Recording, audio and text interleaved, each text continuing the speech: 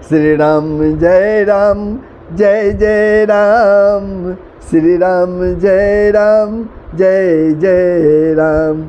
हरे राम राम राम हरे हरे, हरे कृष्ण कृष्ण कृष्ण हरे हरे।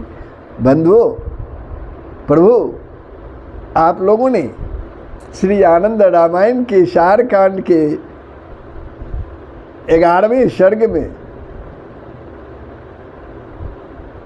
11वें सर्ग के द्वितीय भाग के में आप लोगों ने श्रवण किया कि एरावन और मेरावन का राम लक्ष्मण का हरण कर पाताल लोक ले जाना, हनुमान का पाताल लोक जाना, वहाँ मकर ध्वज से भेंट, हनुमान का कामाख्या देवी के मंदिर में सूक्ष्म रूप में प्रवेश एवं विशेष कौतुक करना, राम द्वारा एरावन और मेरावन का वध, यहाँ तक आप लोगों ने श्रवण किया था।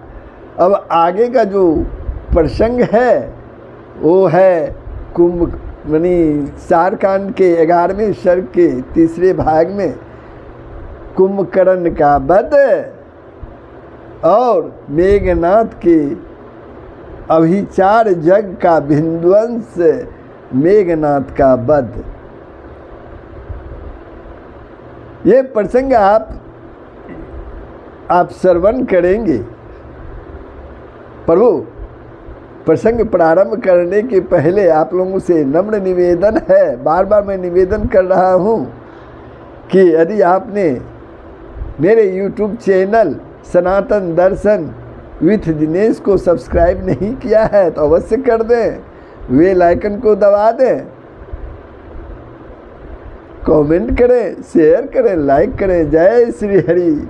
तो प्रभु वो प्रसंग आपके सामने है, आप ध्यान पूर्वक उसका श्रवण करेंगे। तो प्रभु, जब रावण ने सुना कि एरावन और मेरावन का वध हो चुका है श्री राम के द्वारा, तो वह अत्यंत ही आश्चर्यचकित हो उठा और सभा में अपने पूर्व वृत्तांत को बताते हुए कहने लगा, पूर्व समय में पितामह ब्रह्मा जी ने मुझसे कहा था कि तुम्हारी मृत्यु मनुष्य के हाथों ही होगी, अतः ये राम साक्षात नारायण हैं, साक्षात नारायण ही हैं और मनुष्य रूप धारण कर अवतरित हुए हैं, इसमें कोई संशय नहीं है। ये राम दशरथ के पुत्र के रूप में जन्म लेकर मेरे वध के लिए ही उपस्थित हुए हैं। पूर्व काल में जब मैंने राजा अनरण्य का वध किया था तो उस समय भी सूर्यवंशी राजा अनरण्य मुझे शाप देते हुए कहा था, हमारे वंश में सनातन परमात्मा अवतरित होंगे, वे ही तुम्हें पुत्र पौत्रों तथा बंधु बांधवों सहित मार डालेंगे। ऐसा कहकर राजा अनरण्य देवलोक को चले गए। आज अब वह समय आ गया है, श्री राम यहाँ आ गए हैं, अब वे युद्ध में अवश्य ही मुझे मार डालेंगे। रावण सभा में कहने लगे, अतः आप लोग भाई कुंभकर्ण को जगाइए, आप लोग मेरे भाई कुंभकर्ण को जगाइए और शीघ्र ही मेरे पास ले आइए। वे सभी उस गुफा में गए जहाँ कुंभकर्ण गहरी नींद में सोया हुआ था। उस गुफा में कुंभकर्ण गहरी नींद में सोया हुआ था। वे कुंभकर्ण के श्वास खींचने तथा छोड़ने पर बार बार उसके पेट में चले जाते और फिर बाहर निकल आते। उसके बाद वे सभी राक्षस अपने बाहुपात से एक दूसरे को पकड़कर एकत्रित हुए और किसी तरह डरते डरते उसके समीप पहुँचे। वे पैरों तथा पैरों से पीटकर उसे जगाने लगे। वे पैरों और पाँवों से अपनी पीटकर उन्हें जगाने लगे। फिर उन्होंने बड़े बड़े पत्थरों से उसे पीटना प्रारंभ किया। घोड़ों तथा ऊँटों से उसे कुचलवाया, किंतु कुंभकर्ण जागा नहीं। तब राक्षस राज रावण की आज्ञा से उन राक्षसों ने उसके शरीर के ऊपर बड़ी बड़ी लकड़ियों को इकट्ठा कर उसमें आग लगा दी। इससे वह जग पड़ा। उठते ही उसने बहुत से सूकरों तथा बड़े बड़े भैंसों को खा डाला और पानी पीने के लिए जल के तालाब को ही सुखा डाला। उसके बाद वह रावण के पास गया और उन्हें प्रणाम कर समझाते हुए कहने लगा, एक बार की बात है, जब मैं वन में गया हुआ था तो वहाँ मैंने देवर्षि नारद को देखा और उनसे पूछा, हे मुने, आपका आगमन कहाँ से हुआ है और आप कहाँ जा रहे हैं? तो देवर्षि नारद बोले कि मैं देवलोक से आ रहा हूँ और अयोध्या नगरी को जा रहा हूँ। और वहाँ अयोध्या में रावण आदि असुरों का वध करने के लिए भगवान विष्णु ने मनुष्य योनि में अवतार धारण किया है। देवताओं के कथनानुसार राक्षसों के वध का स्मरण दिलाने के लिए मैं शीघ्र ही श्री राम के पास जा रहा हूँ। इतना कहकर नारद जी चले गए। जैसा मैंने सुना था वह सब आपके सम्मुख निवेदित कर दिया। अतः हे प्रभु, कुंभकर्ण अपने भाई रावण से कहता था, हे प्रभु, आप सीता को राम को समर्पित कर दें और उनके साथ मित्रता कर लें। भाई कुंभकर्ण का इस प्रकार का वचन सुनकर रावण उनसे कहने लगा, अभी तुम्हारी आंखों में निंद्रा भरी हुई है, अतः तुम सुखपूर्वक पुनः सो जाओ। भाई के इस प्रकार के क्रूर वचनों को सुनकर उसे प्रणाम कर वह बड़े बड़े महलों को लांघता हुआ बड़े ही वेग से युद्ध के लिए चल पड़ा। कुंभकर्ण को आता हुआ देखकर भय से व्याकुल तथा असहाय होकर सभी कपिगण भागकर श्री राम के पास चले गए। श्री राम के पास चले गए। उनको देखकर कपिगण प्रभु श्री राम के पास चले गए। उसके बाद कुंभकर्ण को देखकर विभीषण ने उसे प्रणाम किया, क्योंकि विभीषण का भी भाई था, और अत्यंत विनय पूर्वक कहा कि मैंने राजा रावण को बहुत प्रकार से समझाया और कहा कि सीता राम को समर्पित कर दो, सीता राम को समर्पित कर दो। तब उसने मुझे बहुत धिक्कारा और कठोर वचनों को सुनकर मैं श्री राम की सेवा में उपस्थित हो गया। भाई विभीषण के वचनों को सुनकर कुंभकर्ण उनसे बोला, वत्स, तुमने जो किया ठीक ही किया, अब मेरे आगे से हट जाओ। इस समय मैं केवल युद्ध के लिए आया हूँ और मैं अपने तथा पराये को कुछ नहीं समझता, अपने तथा पराये को कुछ नहीं समझता। उसके बाद विभीषण भाई कुंभकर्ण को नमस्कार करके पुनः श्री राम के समीप आ गए। कुंभकर्ण भी अपने हाथों तथा पैरों से बानरों को पीसता हुआ वानरी सेना के मध्य इधर उधर विचरण करने लगा। वहाँ उसने कपीश्वर सुग्रीव को देखा तो उन्हें अपने त्रिशूल में बिंद कर लंकापुरी ले जाने लगा। रास्ते में जब सुग्रीव की चेतना लौटी तो उन्होंने अपने नखों के द्वारा शत्रु कुंभकर्ण के दोनों कानों तथा नाक को काट डाला और श्री राघवेंद्र के पास चले आए। इधर कुंभकर्ण पूर्ववासियों से लज्जित होकर पुनः रणभूमि में चला आया। कुंभकर्ण को देखकर श्री राम ने उसे अपने तीक्ष्ण बाणों से बिंद डाला। वह भी राम के ऊपर वृक्षों तथा पर्वतों से प्रहार करने लगा। कुंभकर्ण भी श्री राम ने अपने बाणों द्वारा उनका निवारण करके वायव्यास्त्र का संधान कर उनके हथियारों सहित उनके दोनों हाथों को क्षण भर में काट डाला। कटे हुए हाथों वाले उस कुंभकर्ण को भयंकर निनाद करते हुए अपनी ओर आता देखकर प्रभु श्री राम ने दो सुतीक्ष्ण अर्धचंद्राकार बाणों के द्वारा उनके दोनों पैरों को भी काट डाला। वे दोनों पैर भयंकर आवाज के साथ लंका नगरी के द्वार पर जा गिरे। दोनों हाथों तथा दोनों पैरों के कट जाने पर भी अति भयानक कुंभकर्ण बर्वाग्नि के समान मुख फैलाकर तीव्र नाद करता, उसी प्रकार श्री राम को ग्रसने लपका जैसे कि राहु चंद्रमा को ग्रस लेता है। तब रघुत्तम श्री राम ने अपने सुतीक्ष्ण बाणों के द्वारा उसके मुख को आच्छादित कर दिया। बाणों से भरे हुए मुंह वाला अति भयंकर वह कुंभकर्ण और भी अधिक क्रुद्ध हो उठा। तब श्री राम ने सूर्य के समान प्रभाव वाले एक श्रेष्ठ बाण को छोड़ा। उस बाण ने कुंभकर्ण के विशाल सिर को काट डाला। कुंभकर्ण का वध होते ही आकाश में देवता वाद्य बजाने लगे और फूलों की वर्षा करने लगे। उस समय उन्होंने विविध स्तुतियों के द्वारा श्री राम का स्तवन किया। चाचा कुंभकर्ण का वध सुनकर तथा पिता रावण को अत्यंत विह्वल देखकर रावण पुत्र मेघनाथ पिता को संतावना देते हुए कहने लगा, पिताजी आज आप मेरे पराक्रम को देखिए। मेघनाथ अपने पिता को समझाते हुए कहने लगा। ऐसा कहकर शीघ्र ही मेघनाथ निकुंभिला नामक गुफा में गया।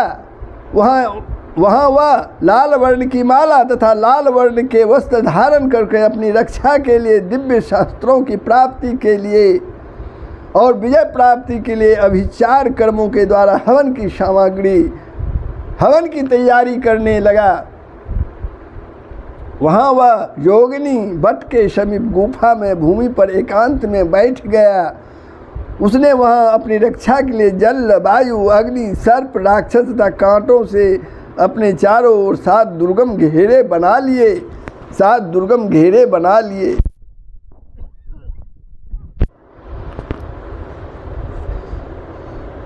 उसने होम कुंड के ऊपर नीचे मुख किए हुए एक सर्प को बांध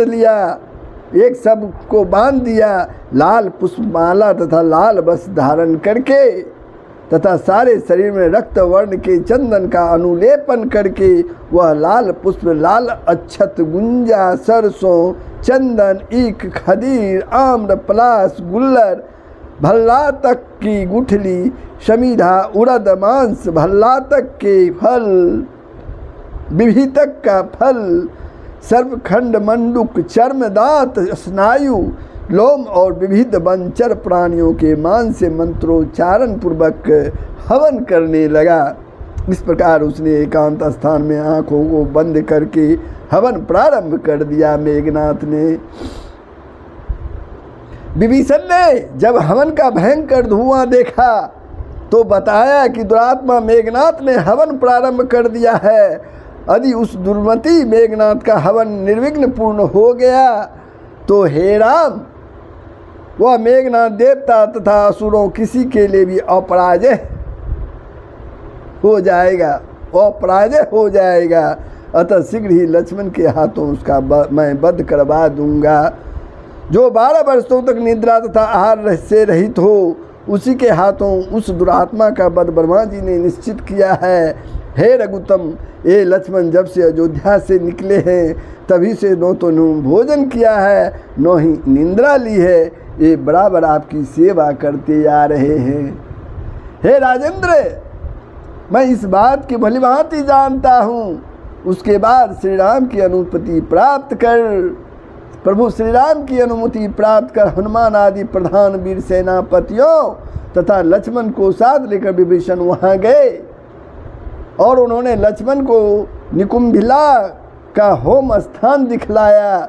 तब लक्ष्मण ने अंगद के कंधे पर आरूढ़ होकर आग्नेय शास्त्र से सभी कांटों को जला डाला और बाणों द्वारा राक्षसों को मार गिराया। फिर उन्होंने गरुड़ास्त्र से सर्पों को, पर्वतास्त्र से दांत वाले सिंह आदि जंतुओं को मार डाला। उसके बाद पर्जन्याय शास्त्र के द्वारा उन्होंने अग्नि को शांत किया। हनुमान जी ने क्षण भर में ही समस्त वायु को पी डाला। लक्ष्मण ने वायव्य शास्त्र का संधान करके सारे जल को सुखा डाला। इस प्रकार से मेघनाथ के द्वारा अपनी सुरक्षा के लिए बनाए गए 7 घेरों को नष्ट हो जाने पर भी जब शत्रु का स्थान दिखलाई नहीं दिया तो हनुमान जी अत्यंत क्रुद्ध हो उस जोगनी वट को भी उखाड़ने दौड़ पड़े। वहाँ उन्होंने वट वृक्ष समीप जोगनी गुफा दिखलाई पड़ी। तब हनुमान जी ने गुफा के द्वार पर ओट के लिए लगाई गई विशाल चट्टान को अपने पैरों के घात से चूर चूर कर डाला और गुफा के अंदर बैठे हुए मेघनाथ को ललकारा। तब वह मेघनाथ भी हवन छोड़कर कुंद हो शीघ्र ही रथ में आरूढ़ हुआ और लक्ष्मण के सम्मुख जा डटा तथा शस्त्रों अस्त्रों पर्वतों तथा मर्म भेदी अपने वचनों द्वारा लक्ष्मण के साथ उसी प्रकार युद्ध करने लगा जैसा युद्ध भगवान शिव और तारकासुर के बीच हुआ था। इधर लक्ष्मण ने भी अपने बाण समूहों के द्वारा उसके रथ के घोड़ों धनुष ध्वजा दृढ़ कवच तथा सारथी को भी क्षण मात्र में छिन्न भिन्न कर डाला। उसके बाद मेघनाथ ने दूसरा धनुष लिया और हजारों बाणों को छोड़ा तथा पैदल ही भूमि पर स्थित होकर शत्रु के कवच को काट डाला। तब लक्ष्मण अत्यंत क्रुद्ध हो उठे और उन्होंने अपने बाण से इंद्रजित का बाण सहित दाहिना हाथ काट डाला और उसी के घर में गिरा दिया, मेघनाथ के घर में गिरा दिया। उसके बाद अत्यंत विह्वल हुए मेघनाथ बाएं हाथ से एक श्रेष्ठ शूल धारण कर लक्ष्मण को मारने दौड़ा। तब मेघनाथ के त्रिशूल धारण किए हुए बाएं हाथ को बाण से काटकर लक्ष्मण ने उसे लंका में रावण के समीप फेंक दिया। यह एक अद्भुत घटना हुई। उसके बाद अपना मुख फाड़ कर वह मेघनाथ लक्ष्मण को निगल जाने के लिए दौड़ पड़ा। लक्ष्मण ने भी श्री राम का आदर पूर्वक ध्यान करते हुए श्री राम नाम से अंकित एक शुभ एवं दिव्य बाण मेघनाथ के ऊपर छोड़ा। उस बाण ने सिर की रक्षा के लिए धारण किए हुए कवच सहित शोभा संपन्न तथा कांतिमान कुंडलों को धारण किए उस सिर को धड़ से अलग करके भूमि पर गिरा दिया। उस समय देवता प्रसन्न हो गए और सुमित्रा पुत्र लक्ष्मण की स्तुति करने लगे। वे ऊपर से फूलों की वर्षा करने लगे और उन्हें बार बार उनका निराजन किया। उसके बाद लक्ष्मण ने युद्ध के पश्चिम के परिश्रम के शांत हो जाने पर रणस्थल में शंख की ध्वनि की।